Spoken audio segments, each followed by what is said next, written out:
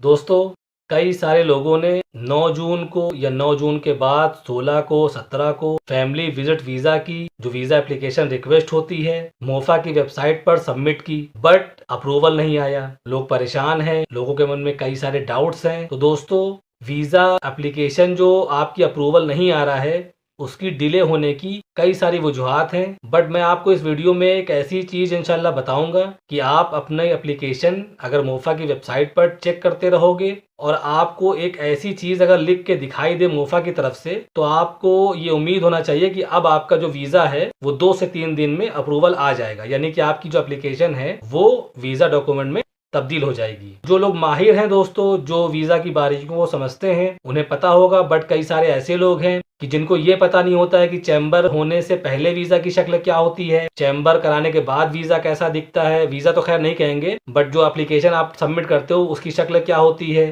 या हम ताशीर सेंटर में जब जाते हैं कौन सा वीज़ा डॉक्यूमेंट लेकर हमें अपॉइंटमेंट मिलेगी। तो इंशाल्लाह आप इस वीडियो को देखेंगे तो आपके सारे डाउट्स जो हैं वो क्लियर हो जाएंगे। तो सबसे पहले दोस्तों बात करेंगे कि आप जब वीज़ा एप्लीकेशन सबमिट करते हो तो उस एप्लीकेशन की जो शक्ल है वो कुछ इस तरह से दिखती है।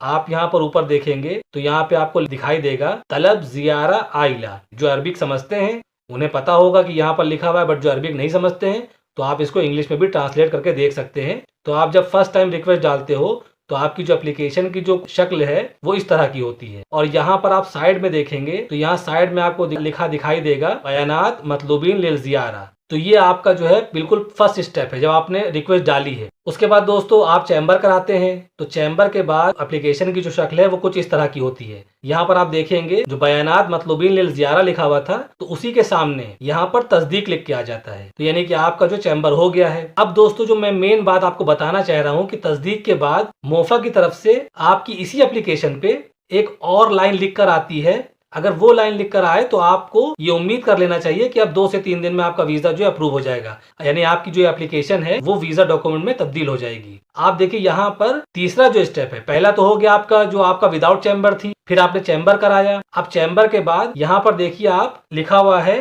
अतलब तहतल इजरा। जो पहले आपको ये दिख रहा था कि तलब ज़ियारा आइला, उसके नीचे आपको देखेंगे तो यहाँ पर अतलब तहतल इजरा, यानी कि आपकी जो तलब है तहतल इजरा यानी कि अंडर प्रोसेस है। तब आप समझ लीजिए, आप उम्मीद कर सकते हैं कि आपकी एप्लीकेशन 2 से 3 दिन में इंशाल्लाह अप्रूव हो जाएगी। अब उसके लिए आपको डेली मोफा की वेबसाइट पर आपको अपनी एप्लीकेशन चेक करनी पड़ेगी कि आपकी एप्लीकेशन जो है वो किन किन मराहिल से या किस किस तरीके से आगे प्रोसेस हो रही है, तो आपको इंशाल्लाह पता चल जाएगा। उसके बाद जब आपका वीजा डॉक्यूमेंट आएगा तो वो जो है, ये देखिए चौथा जो स्टेप है वो फिर ये होता है। फिर जो अब ये मेन डॉक्यूमेंट है जिसको मुस्तनद ताशीरा बोलते हैं, अब ये डॉक्यूमेंट के बिहाफ पर आप ताशीर सेंटर में अपॉइंटमेंट ले सकते हैं और फिर अपॉइंटमेंट के बाद आपके ताशीर में सारे डॉक्यूमेंट वेरीफाई होंगे।